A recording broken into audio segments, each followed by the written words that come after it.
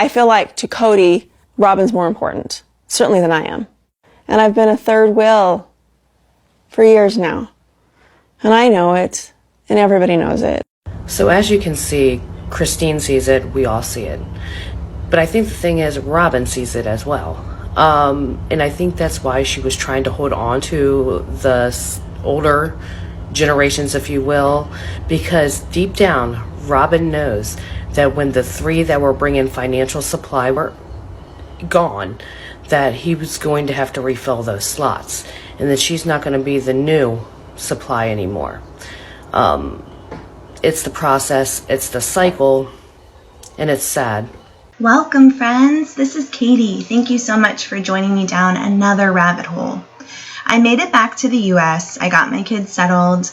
I worked on changing our sleep pattern around because our nights are days. And when I finally got a little time to myself before bed, I watched the first episode of the Sister Wives finale, and it really had me questioning myself, like, hey, is Robyn the one who's the true cult leader in this family? Am I the only one who was really taken aback by some of what Robyn had to say in her sit-down interview? Specifically, Robyn speaks extensively about what her church deems as an appropriate way to leave your husband. Robyn is basically living in some alternate reality here. And Christine is unable to call herself divorced until she follows the rules of Robyn's church, the AUB. And how it was just right. So you know how Noodlehead is now spinning this narrative about how he never loved Christine and the sacrifices he made and how it was just such a chore to be with her, and just like negating everything he said in previous seasons and his little bit about not being attracted to her. So I don't actually believe that. This is just something he does. So we all know this absolutely vile bit he does about how he was so disgusted with her when they first met because she was eating nachos and it was just so gross and he was so repulsed, and then he went on TV and talked about this in front of her and was saying how like it was an understatement that he wasn't attracted to her and she was just so gross, which is just repugnant. And now he's doubling down on this narrative to paint this picture that he, Cody the Clown,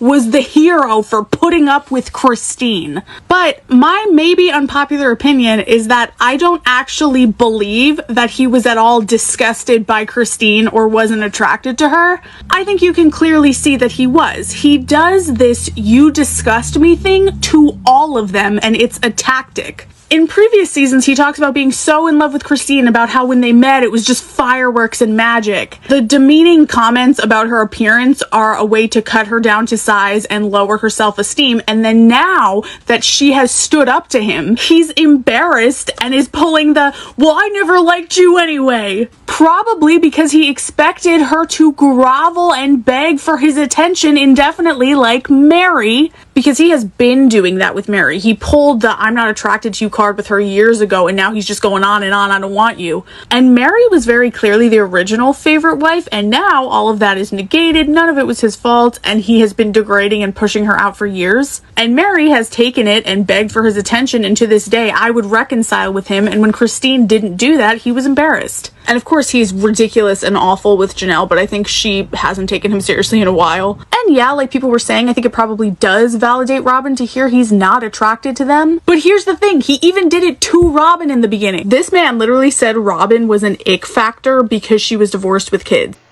It's interesting because from what I understand, Christine has fully left the AUB church, and rumors are that even Cody doesn't fully believe in the doctrine anymore.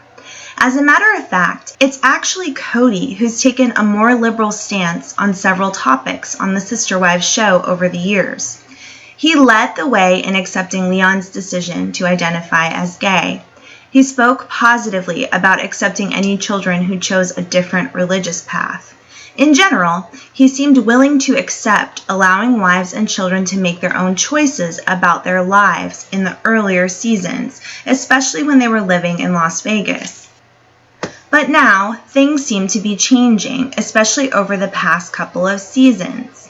However, in this interview, It really seems like it's Robyn who's operating behind the scenes with these extreme religious beliefs that she's trying to instill on everyone around her.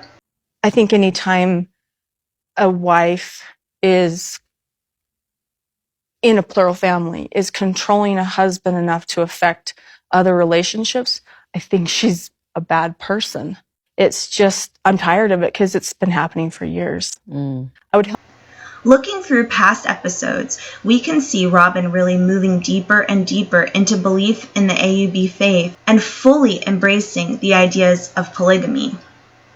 I mean, it's clear that Robyn regrets a lot of the decisions she's made in her own life, specifically her relationship with her first husband. It's alleged that she got pregnant before getting married to him, and this situation sealed her fate. Sometimes to talk about specific subjects, and we're basically just teaching our children about our gospel and trying to still continue to have a church idea in our home, you know, since we can't meet with our community. Because you was kicked out. So I asked Robyn to actually give a lesson about chastity, about sexual purity. And, my older kids are all dating age. And so I'm concerned about my kids in this world, and I don't want them making mistakes. I'm actually going to speak to the kids about the biggest mistake in my life. And I'm actually pretty nervous about it. Because you're going to tell your children. So I'm going to tell you these two stories about two girls who had what they did with their purity and what happened. And these are true stories. When I was a teenager, I was very chaste. I was actually what a lot of people would consider to be a very good girl. And then as I got older and into my senior year and into college, I really started to question my faith. I don't know, I think I hit that point when a teenager questions everything. You have this purity, and this purity has to do with your body, and this purity has to do with your mind, and has to do with your heart. And it is very, very, very precious. It is prized above all jewels. Well, yeah, and it's like I remember at that time in my life, I was sitting there going, oh gosh, I sit here and I've got a cute guy I'm dating, and I don't kiss him, and I don't, I'm not doing anything with him physically, and my body has these urges, and he's, I know this would be something that would be part of our relationship, would be fun.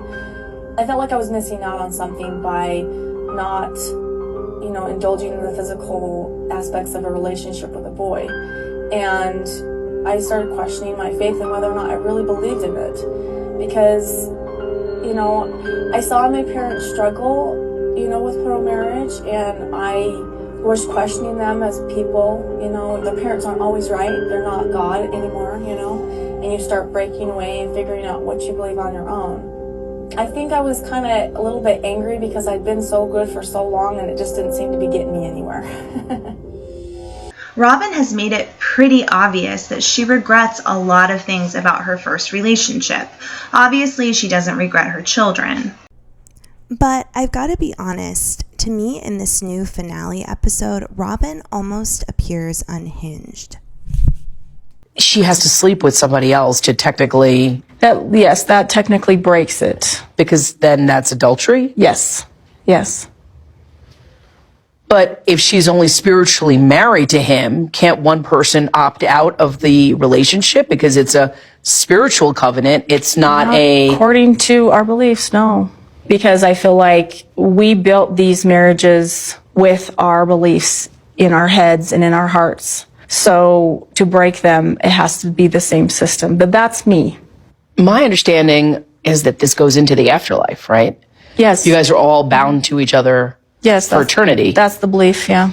That's our beliefs. So even though Christine wants to escape Cody on Earth, in heaven they're going to still be together?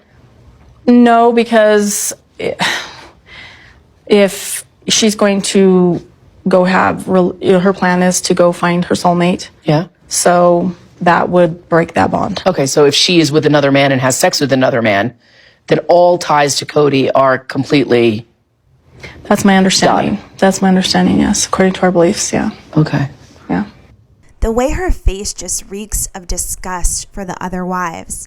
And she states her utter dedication and commitment to the doctrine of her church, regardless of anyone else's feelings or needs. It's honestly really disturbing. She refuses to acknowledge any self-agency that Christine possesses and treats her like property, like a thing that needs to follow the rules and is ultimately ruled by Robyn's beliefs. It's so crazy and disturbing. I'm honestly not seeing this level of zealotry from Cody. So Robyn saying that if she sleeps with another man, that's when the covenant is broken. Is that when it's broken? See, and that would be according to the religious dogma, but does it really apply to Christine if she doesn't believe? I don't know. I don't know, because I still have such a testimony of plural marriage, but I see Christine's perspective, and you can't make somebody abide by rules that they no longer believe in. Mm-hmm. I think what I see from Cody is a man who's desperate to not be held accountable for his own actions, who wants people to treat him like a king without having to take any responsibility, but I don't really see him subscribing to the doctrine and the rules. Robyn is the one pushing and enforcing that on everyone in that family.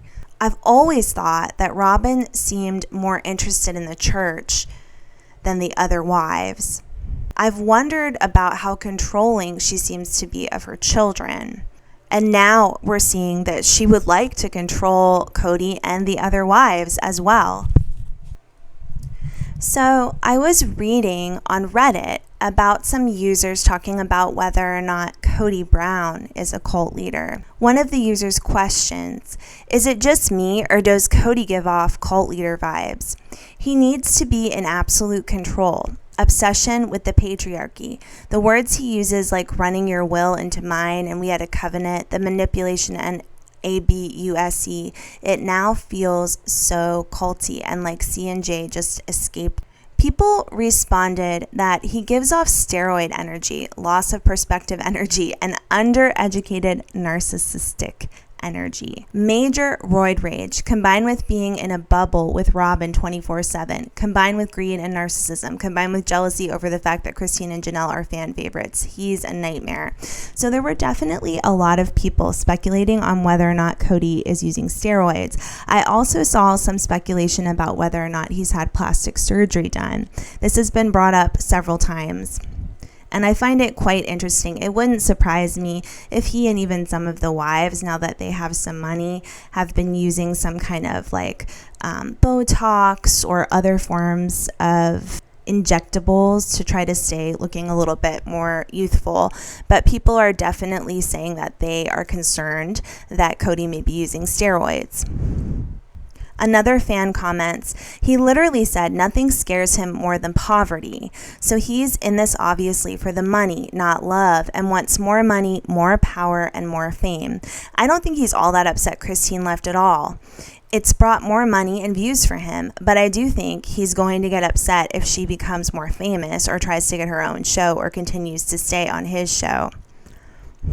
Yeah, one of the things I thought was super interesting about the first episode of the finale was hearing Mary talk about how she had gone to Cody and kind of said to him, like, okay, so our marriage is sort of over. Do we want to come out about this publicly? And he was like, no, I don't want to come out about it publicly. I don't want to tell people. And she said, I sort of felt like he was pushing me to live a lie. He was doing the same to Christine for a period of time, and she just couldn't take it anymore. She doesn't want to live like that. So we have it straight from the mouth of Mary that there's been pressure from Cody to just kind of keep things under wraps, to not come out and say, yeah, we're not really living the way that we said we were going to live.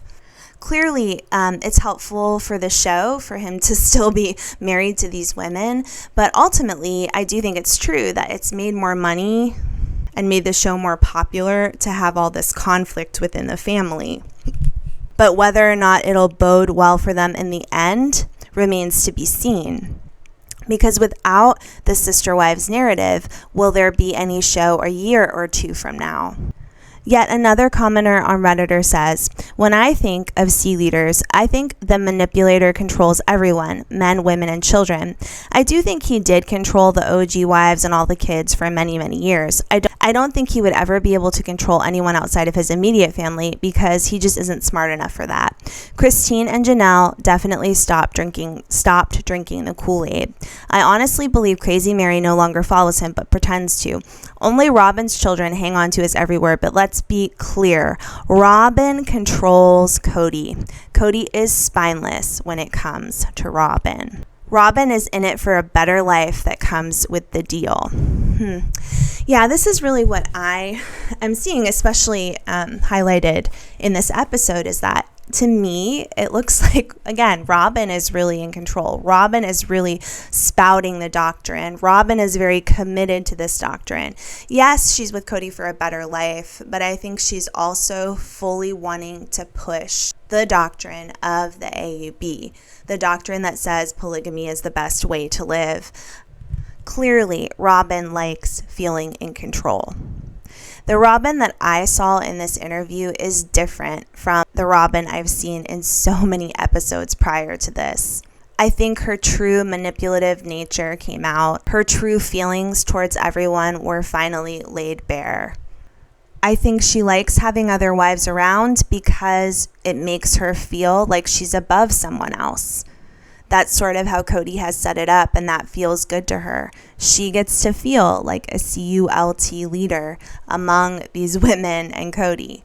She's gained so much power in that family, and she's really enjoying it. Okay, let me know what you think below. What is your take from this first episode of the finale? And how do you feel about Robyn? Lots of people have written to me and said that they feel bad for Robyn. They really feel she's a victim. And I get that perspective as well. But I'd like to hear from you below.